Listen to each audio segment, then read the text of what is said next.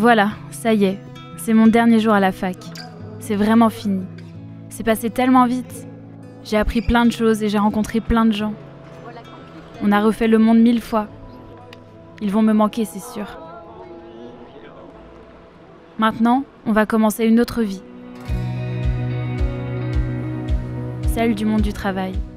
J'ai réussi à décrocher un stage de fin d'études chez Storengy, une filiale du groupe Engie. Je suis assez impatiente de découvrir mon nouveau quotidien, même si je ne suis pas très rassurée. Storengy est un géant du stockage de gaz naturel. Il paraît que sans eux, il n'y aurait pas de gaz pour tout le monde quand il y a des pics de froid en hiver. Moi qui rêvais de débuter ma carrière dans une ONG, je me demande bien si je ne me suis pas trompée d'adresse. Dans le monde de l'entreprise, Storengy a plutôt une bonne réputation pour son approche environnementale. Je vais bientôt découvrir ce qu'il en est vraiment. Je rejoins la petite équipe biodiversité qui intervient au siège et sur les 14 sites industriels situés partout en France. Je dois faire le bilan des 10 années d'action biodiversité. Pour ça, je vais vite me rendre sur le terrain.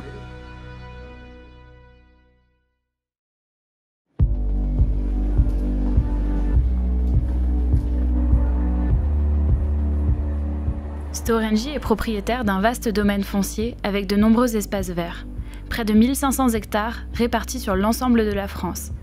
310 hectares de forêt, 345 hectares de terrains agricoles. C'est étonnant, presque 2/3 d'espaces non industriels et exclusivement en milieu rural. Ces réserves foncières ont été achetées pour assurer le développement des infrastructures sur le long terme. Aujourd'hui, je me rends aux portes de la Touraine, sur le site de Céré-la-Ronde. C'est ici que le premier projet biodiversité a vu le jour. Il s'agissait de réhabiliter une zone humide dégradée, située à proximité du site industriel. Thierry Orly, gazier depuis 25 ans, m'accueille sur la mare et revient sur ce projet, initié en 2012.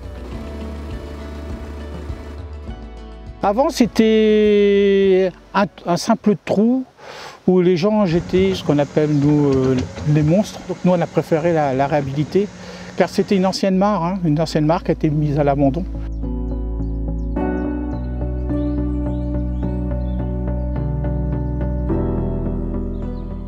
Cette mare, elle est extrêmement importante. Il faut savoir que depuis les années 70, on a littéralement 70% des mares qui ont disparu. Elles n'ont plus d'utilité vraiment au niveau agricole, donc bien souvent elles ont été rebouchées ou on y a mis des gravats, des choses comme ça, ce qui était arrivé à cette mare. Et c'est extrêmement important parce que l'eau, c'est vraiment une source de vie qui va bénéficier à beaucoup d'animaux. L'expérience a été très probante parce qu'on a eu très vite pas mal d'espèces qui ont commencé à arriver, des libellules et puis après des amphibiens. L'extension qui est sur cette partie-là, qui a été faite en 2018, on voit que déjà qu'il y a déjà des végétaux qui ont colonisé, qui commencent à s'implanter. Donc je pense que dans les années à venir, on va avoir des belles surprises au niveau des espèces.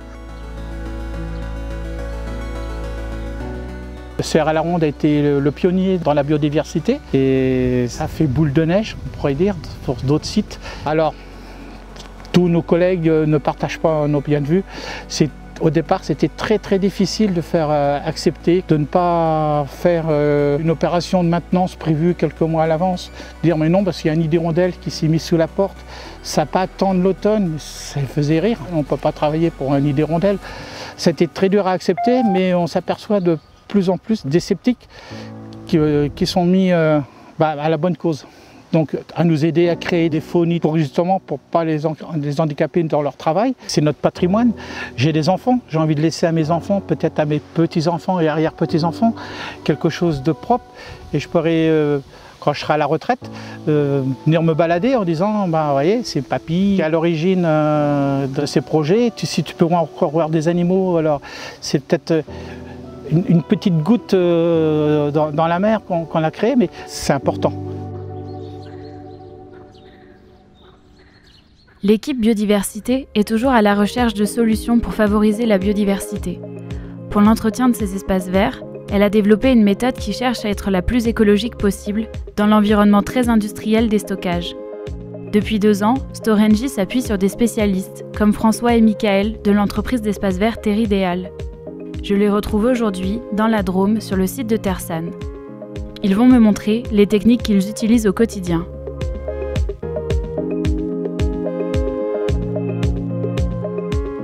ont mis un petit coup hier. Ouais. Ils ont arraché 2-3 plantules. Mais pas à la débroussailleuse, ils sont intervenus que sur... Simplement en arrachage manuel. Ouais.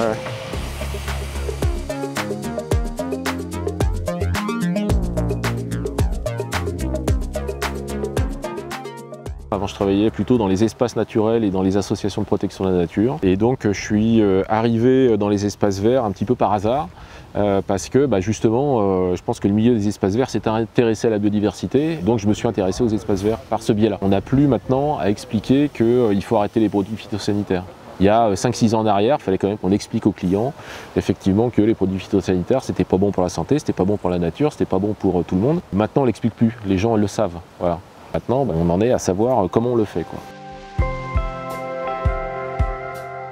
Pour abandonner les produits phytosanitaires, Storengy suit le principe de gestion différenciée. Il s'agit d'entretenir les espaces verts en fonction de leur usage, notamment en garantissant la sécurité. On essaye de sélectionner une végétation qui est compatible avec l'exploitation du site. C'est-à-dire que toutes les plantes avec des trop forts développements comme celle-ci ne sont pas compatibles parce que ça masque les installations. Et toutes les plantes qui sont tapissantes, on les estime compatibles parce que ça permet aux opérateurs de travailler en sécurité, de voir les installations, de marcher sur les plantes pour travailler, elles ne sont pas problématiques. La gestion des espaces verts n'est pas seulement confiée aux mains de l'homme. Storengy a en effet créé des liens avec les territoires et le monde agricole pour entretenir une partie de son domaine foncier. C'est ainsi que Laurent Elie, agriculteur-éleveur, a accepté de diversifier son activité pour entretenir par éco-pâturage le stockage de Saint-Clair-sur-Epte. Je dispose les moutons par parcelle sur la station, donc pour manger l'herbe pour éviter les traitements, donc nettoyer la station. Et une autre partie du troupeau qui va sur la colline au niveau de la pelouse calcicole pour manger tout le coteau. La pelouse calcicole est un milieu remarquable et rare. C'est un écosystème très riche en biodiversité, caractéristique de sols calcaires. L'éco-pâturage est une technique particulièrement bien adaptée pour l'entretien écologique de ce milieu. Le suivi écologique de la pelouse calcicole a été confié au Conservatoire botanique national du bassin parisien. Les moutons, c'est un avantage. On s'aperçoit que la chimie, c'est un produit qui est utilisé depuis un nombre d'années. Et aujourd'hui, plus ça va, plus la chimie coûte cher.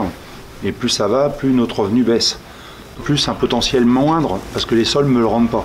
Il faut investir plus dans ces sols-là, parce qu'il faut leur amener plus d'éléments fertilisants. Et aujourd'hui, on se pose des questions. Est-ce qu'il faut continuer dans ce système ou est-ce qu'il faut changer? Il y a peut-être un avenir aujourd'hui à cultiver différemment. Didier Nabon de la Ligue de protection des oiseaux et aussi partenaire de Storengy tenait à me présenter André, agriculteur dans le Loir-et-Cher, car lui aussi a pris conscience, déjà depuis plusieurs années, de la nécessité de changer de modèle. Il insiste toutefois sur le besoin d'accompagnement du monde agricole. Le fait qu'on fasse de l'agriculture, on perturbe la nature, ça, on ne pourra pas l'éviter. Mais que ces perturbations soient contrôlées, acceptables et ne remettent pas en cause les écosystèmes. Et que les gens qui connaissent le fonctionnement des écosystèmes et de la nature fassent un pas en direction de l'agriculture et prennent en compte ces problèmes agricoles pour nous aider à les résoudre. Ce besoin d'accompagnement, un viticulteur du Loir-et-Cher en a bénéficié. Raphaël Midouard gère une exploitation viticole à proximité du site de stockage de Chemmery. 25 hectares de terrain en viticulture conventionnelle, dont 5 appartiennent à Storengy. Toujours dans son ambition de préserver la biodiversité, l'entreprise lui a proposé de l'aider à relever un défi de taille. Storengy m'a donc contacté pour savoir si je souhaitais éventuellement rentrer dans cette démarche d'agriculture biologique. En effet, oui, j'ai été d'accord et Storengy, qui ne fait pas du tout partie de la branche agricole, m'a tout de même accompagné et m'a trouvé un partenaire pour pouvoir me lancer dans cette démarche et donc m'a proposé l'AMS 21 pour se donner un maximum de chances de réussir la transition entre le conventionnel et l'agriculture biologique à plus ou moins long terme. L'AMS 21 est un laboratoire d'analyse microbiologique spécialisé dans la restauration du sol. Storengy a creusé une tranchée en bordure de vigne pour permettre à Emmanuel Bourguignon d'effectuer ses analyses. là, on voit parfaitement la profondeur à laquelle les hommes ont travaillé les sols ici. Après, on arrive sur un horizon qui est très orangé. Cette couleur-là, ça correspond à une disponibilité en oxygène qui est assez bonne. Et puis ensuite, à partir d'ici, je vais arriver dans un horizon où mon sol va commencer à prendre des couleurs beaucoup plus gris-bleu.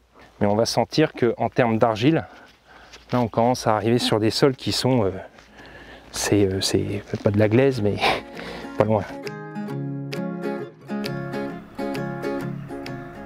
À partir de tout ça, je vais pouvoir dire à l'agriculteur qui veut passer en bio, pour qu'il puisse le faire, je dirais, tout en assurant la qualité de sa production, la pérennité de la vigne, etc. Mais aussi voilà, de bien s'occuper du sol. Il faut faire tel ou tel engrais vert. Et puis dans le cas des couverts, des trucs comme ça, qu'est-ce qui peut être mis pour aussi avoir un effet sur la biodiversité, sur tout le reste.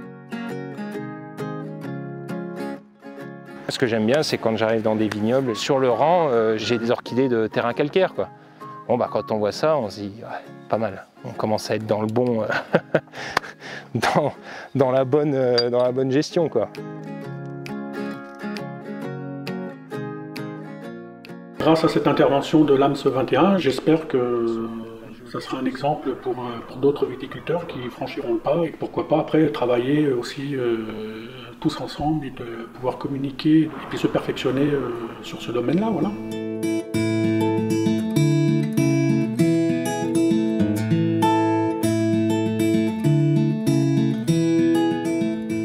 À travers toutes ces actions concrètes, Storengy essaye d'impliquer le plus grand nombre. Dans l'Oise, sur le site de Gournay-sur-Aronde, Coralie tente de sensibiliser un maximum de salariés à travers des ateliers autour du jardinage.